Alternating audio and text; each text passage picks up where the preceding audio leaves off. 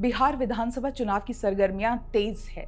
Voting list से फर्जी वोटरों की कटाई छटाई भी जारी है। चुनाव आयोग ने अब तक 65.6 लाख लोगों के नाम वोटर लिस्ट से हटा दिए हैं।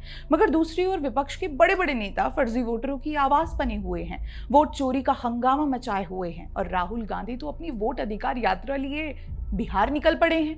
उनका कहना है कि वोट की चोरी हो रही है। वो अपनी सत्ता लेने के लिए आ रहे हैं, जनता के लिए थोड़ी आ रहे हैं। अच्छा। उनको तो सत्ता चाहिए। हाँ। सत्ता लेने के चक्कर में आ रहे हैं ना, कि हमको किसी तरह सत्ता मिल जाए। ऐसे में सवाल है कि राहुल गांधी को सत्ता पर कौन बिठाएगा? आखिर किसके फर्जी वोट अधिकारों के लिए वो अपनी यात्रा बिहार लेकर आए हैं?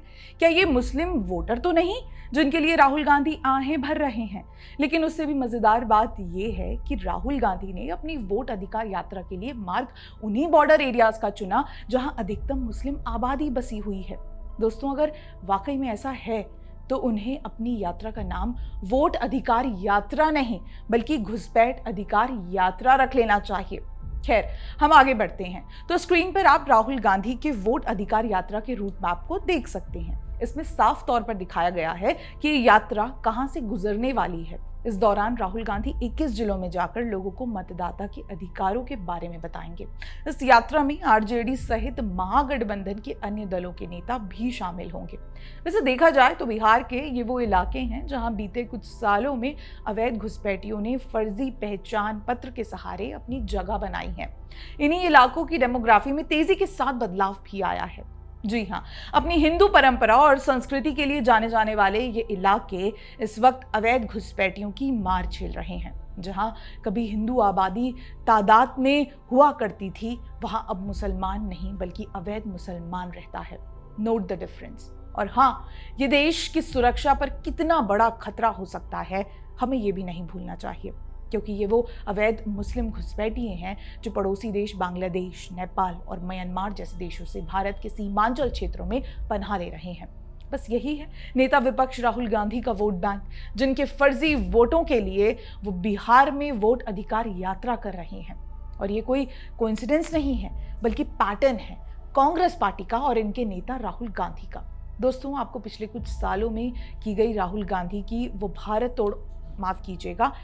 जोड़ो यात्रा, भारत जोड़ो न्याय यात्रा और यूपी जोड़ो यात्रा याद होंगी ही। अब गौर फरमाया जाए तो इस वक्त भी राहुल गांधी की यात्रा अधिकतर मुस्लिम बहुल क्षेत्रों से ही गुजरी थी और यात्रा में सम्मिलित चेहरे भी हिंदू विरोधी ही रहा करते थे। ऐसा केवल हमारा मानना नहीं है बल्कि मीडिया रिपोर्ट्स का खुद ये मानना है कि कांग्रेसी नेता राहुल गांधी का मुसलमानों के प्रति झुकाव अधिक है। 2023 में कांग्रेस का लक्ष्य यूपी जोड़ो यात्रा के माध्यम से मुसलमानों तक पहुंच बनाना था, जिसे सहारनपुर, बिजनौर, शाहजहांपुर और सीतापुर सहित अच्छी खासी मुस्लिम आबादी वाले जिलों से होकर गुजरना था, जहां प्रत्येक जिले में मुसलमानों की आबादी 35% से भी अधिक है। इसी के साथ भारत जोड़ो यात्रा के वक्त भी देखा जाए तो कन्याकुमारी से कश्मीर तक की यात्रा के मार्ग में कुछ मुस्लिम बहुल जिले शामिल थे। जैसे कुछ इक्का दुक्का उदाहरण देते हैं, उस वक्त केरल के मलप्पुरम में लगभग 70% मुस्लिम जनसंख्या और वायनाड राहुल गांधी का निर्वाचन क्षेत्र लगभग 28% मुस्लिम जनसंख्या। ये वो क्षेत्र हैं जहां से राहुल गांधी की भारत जोड़ो यात्रा निकली थी। हरियाणा के नूह से भी ये यात्रा गुजरी थी, जहां मेवात लगभग 79% मुस्लिम आबादी है।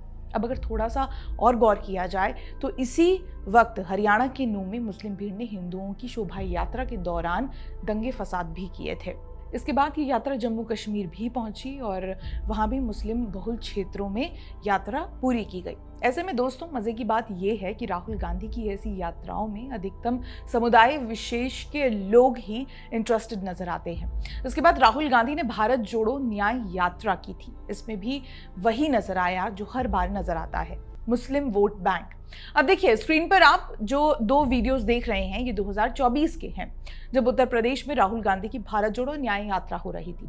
इसे अगर हम मुस्लिम वोट जोड़ो यात्रा कहेंगे तो कुछ गलत भी नहीं कह रहे हैं, क्योंकि साफ देखा जा सकता है कि मुरादाबाद जैसे 47% मुस्लिम आबादी वाले अल्पसंख्यक बहुल इलाके को छोड़कर उनकी यात्रा को कोई खास प्रतिक्रिया नहीं मिली है। वाराणसी में तो किसी ने भी इस यात्रा में भाग लेने की शिरकत नहीं की थी।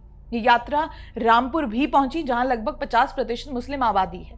राहुल गांधी की ये यात्रा महाराष्ट्र के थाने से शुरू हुई थी।